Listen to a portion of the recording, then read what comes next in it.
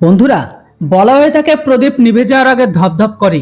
আজকের দিনে পাকিস্তানে কারবাহক মন্ত্রীর সেম অবস্থা, অথচ তারা আজকে তাদের সিটকে বাঁচানোর জন্য লোকেদের উপর ইমপ্রেশনকে দিচ্ছে। এটা আপনারা সবাই জানেন যে পাকিস্তানে 8ই ফেব্রুয়ারি মানে গতকালকে ভোট হবে।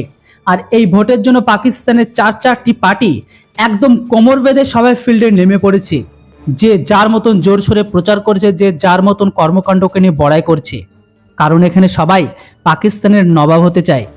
যদিও এই ভোটের জয় তো এবার নওয়াজ শরীফই দেখছে, তবে যেটাই হোক, এখনকার ভারতের জন্য যে ধমকিকে দিয়েছে সেটাতে ভারতের রাগ হওয়ার বদলে হাসি পাচ্ছে।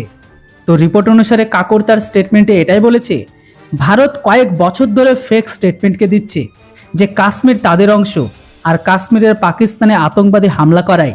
আসলে এইগুলো সবগুলোই মিথ্যে। সত্য তো এটাই যে ভাগাভাগির সময় কাশ্মীর আমাদের দানে দিয়েছিল, ভারত এটা জবরদস্তি করে আমাদের কাছে থেকে কেড়ে নেয়। ভারত সেখানকার লোকেদের উপর অত্যাচার করছে, কেননা তাদের মনে আজও পাকিস্তানি বেঁচে আছে। নিজের পার্লামেন্টে দাঁড়িয়ে কাকর এটা পর্যন্ত বলেছে, ভারত কাশ্মীরের সাথে সাথে গিলগিট আর বালস নিজেদের বলে দাবি করছে। সেখানকার লোকেদেরকে পাকিস্তান সরকারের খেলাফ ভড়কাচ্ছে, যেটিকে আমরা এখন একদমই সহ্য করব না। কাকর এটা পর্যন্ত ধমকি দিয়েছে যে শুনে নিন ভারত, আমরা লড়াই করতে চাই না, তাই আপনারা যদি পিওকেতে হামলা করার চেষ্টা করেন তাহলে মার কসম আমরা দিল্লিকে শাহিন মিসাইল দিয়ে উড়িয়ে দেব। তার জন্য হোক আমাদের যুদ্ধের শঙ্খকে বাজাতে হলেও বাজাবো। পাকিস্তান সেটার জন্য প্রস্তুত, তাই ভারত যেন আমাদের এই ধমকিকে হালকাভাবে না নেয়। একেই বলে গাধার প্রধানমন্ত্রী। দেখুন বন্ধুরা, যখনই কোনো দেশে ভোট শুরু হয় তখন সেই দেশের প্রধানমন্ত্রী সেই দেশের মানুষকে ভালো শিক্ষা, ভালো সুযোগ সুবিধা, ঘরে ঘরে বিদ্যুৎ, ভালো চাকরি আর ঘরে ঘরে সরকারি ফ্রি সুবিধার জন্য কথাবার্তা বলা হয়, লোক কল্যাণের প্রমিস করে। কিন্তু পাকিস্তানের রাজনীতিবিদরা নিজেদের দেশকেই ধ্বংস করার কথা বলছে। আর ঠিক এই জন্য পাকিস্তানকে কম বুদ্ধিসম্পন্ন দেশ বলা হয়। হয়তো আপনারা এটাও জানেন না যে পাকিস্তানের কাছে ভোট করার জন্য পয়সা নেই।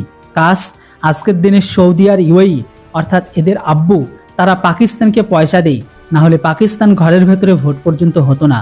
আর সব থেকে বড় কথা এখানে এটাই যে পাকিস্তানের শাহিন মিসাইল দিয়ে দিল্লিকে ওড়ানোর কথা বলছে, সেই শাহিন মিসাইলের ইউজার টেস্ট পাকিস্তানের কাছে পয়সা না থাকার কারণে তারা করতে পারেনি। আর কাকর চলে এসেছে দিল্লিকে ওড়াতে। যদিও কাকরকে পুরো পাকিস্তানের আইএসআইয়ের কাঠপুতুল বলা হয়, আর তার কথায় সেটা বোঝা যায়। আর এটা তারা এখনো বোঝে না যে ধরে নি তারা যদি ভুলেও যদি একটি মিসাইলকে চালিয়ে দিল ভারতের দিকে, তারপরে ভারতের তরফ থেকে যে 10টি মিসাইলের জবাব বা রিটালিয়েশন যাবে পাকিস্তানের দিকে, পাকিস্তান সেটাকে কিভাবে কাউন্টার করবে? কেননা আল্লাহ তো আর পয়সা দেবে না, আর আল্লাহ তাদেরকে বাঁচাবে না। এবার আপনারা বলুন, পাকিস্তানকে বাঁচাবে কি তখন? পাকিস্তানের অবৈধ পুত্ররা যারা পূর্ব পাকিস্তানে অবস্থিত, যারা আব্বু আব্বু করে তারা, না পূর্ব পাকিস্তানের লুঙ্গি মিসাইল? এই বিষয়ে অবশ্যই আপনাদের মতামত কমেন্ট বক্সে লিখে জানান। Thanks for watching. জয় হিন্দ, বন্দে মাতরম।